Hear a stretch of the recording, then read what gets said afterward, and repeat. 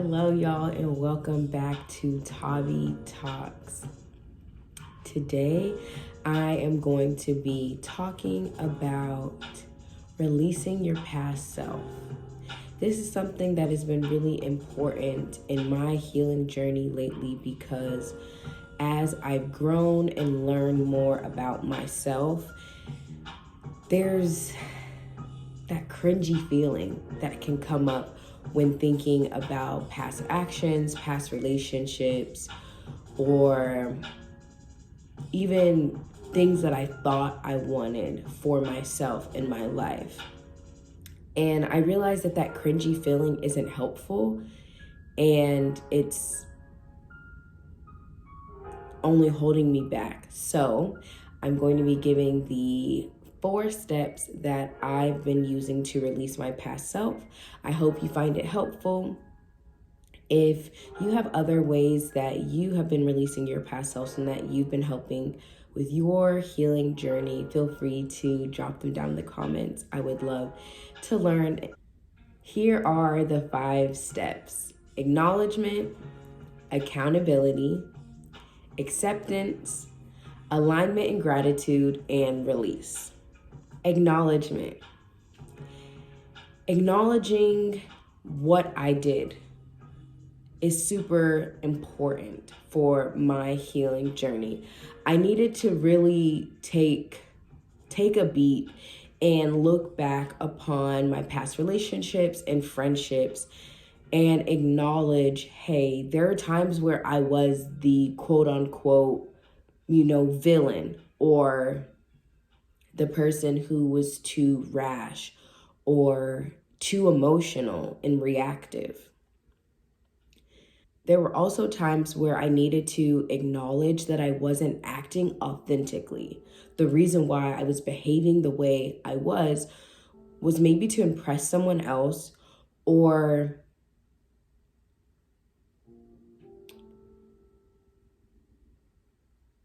hide who I truly was. After I began to acknowledge my actions, I felt embarrassed, cringy, or just guilty or shameful. And those feelings aren't helpful, but they are a sign that you are acknowledging what you have done and maybe that you're ready for the second step, which is accountability. Why did I behave the way I did? Why did I allow others to behave or treat me in certain ways? Accountability is necessary. Because if you know what you did, but you're not fully owning it and recognizing, yeah, I did do that. I did maybe let that person cheat on me and I stayed. I did cut off that friend when maybe I should have gave them grace. I am a reactive person and I need to work on being more balanced with my emotions so people don't feel like they're walking on eggshells. Those are all conversations that I needed to have with myself. And the accountability stage is not for the weak at heart. There were definitely moments where I would get that feeling in my chest and like I just wanted to curl up into a ball and not show myself. And that's okay. If you've ever felt that way, that's okay, because this is the not so glittery part of the healing journey. Everyone talks about how you'll love yourself more, how you'll be more confident, but this is the mud work. This is when your boots are strapped up and you're trekking through the mud of healing. And that's what I've been experiencing lately. Acceptance is the third step. So we've had acknowledgement, accountability, and now we are at acceptance. Acceptance might have been the toughest for me because I'm a pretty self-aware person. So Accountability, once I was self-aware, I didn't go back in denial or delusion. I owned it. I owned what I did. And oftentimes I would feel the need to maybe reach out to the people that I felt that I wronged, or reach out to people that I felt I owed an apology. So acknowledgement and accountability were not easy, but flowed naturally. Acceptance has been tough for me throughout my healing journey because it's hard for me to not feel that the moments where I was acting inauthentically, moments where I was being rash or allowing my anxiety to make me impulsive or to shut people out, it was hard for me to not feel like those moments defined me as a person, as a being in my existence. And I'm still working on that, on giving myself grace. I think acceptance is much easier when you give yourself grace and recognize that you're a person and you're doing the best you can with what you have. There's a mantra that goes along with the acceptance stage, and it is inspired by a college professor that I had. She would always say, handle what you can handle. Handle what you can handle. And it's so simple yet so profound. So I took that and added some more. I cannot change what I've done.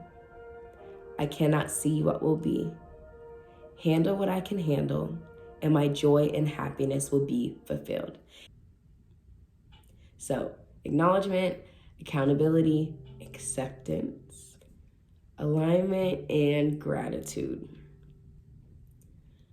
This step is pretty exciting because it allows an opportunity to think ahead. So with alignment and gratitude, I needed to think and imagine, what would my ideal self do in these situations? How would my ideal self react when I've been cheated on? How would my ideal self act when I'm in a friendship and I feel that the person doesn't respect me? How would I react when dealing with an absent father? And once I aligned with the actions and essence of my higher self, then I was able to, and I'm still actively doing all these things, I am now able to be grateful. Be grateful for the ways I reacted in those moments, because now I've given myself a blueprint of what not to do, of how not to exist. So think of alignment and gratitude as your roadmap or vision board. When releasing your past self, it's all about figuring out how to improve and not remain stagnant in a cycle of the same behaviors. Do you need to cut certain people off? Are there people that you need to make amends with? Are there habits that are not feeding into releasing your past self? It's all about looking in the mirror, energetic mirror, so to speak, and asking yourself those hard questions.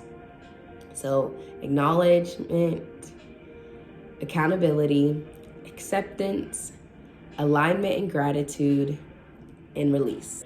But it's important to, throughout each stage, to release as you go.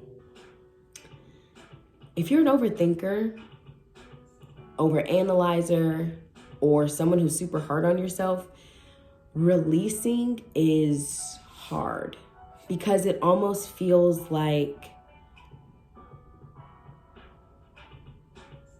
for me, releasing is hard because it's about control and fear.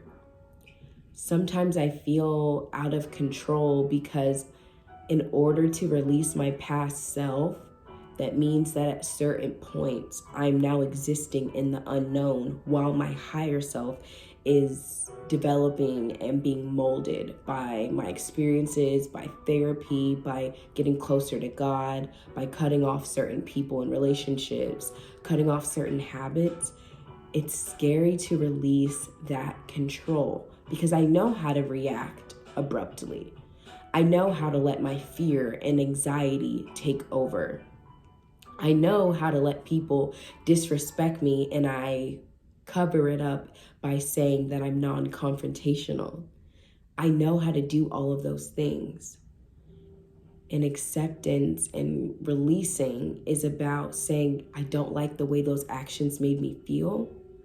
And so I want to release that and move into the unknown and think about my blueprint from alignment and gratitude of what my higher self and ideal self would react to and become her.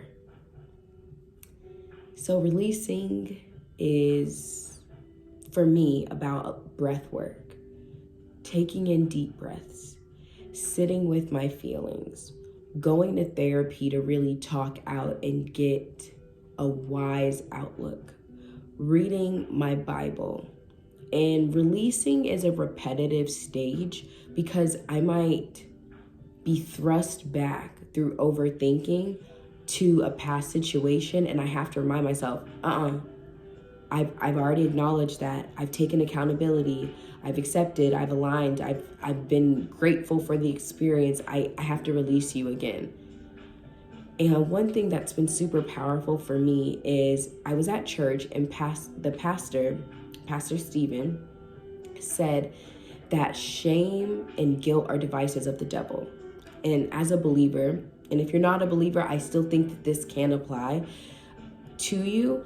Shame and guilt are devices used to keep you in a cycle, of abuse, maybe abuse of self, where you're beating yourself up and feeling like you're worthless, like you are a terrible person. Maybe it's a cycle of abuse by having shame and guilt to the point where you aren't willing to leave that toxic relationship or that toxic friendship. Either way, shame and guilt don't do anything for you but harm you.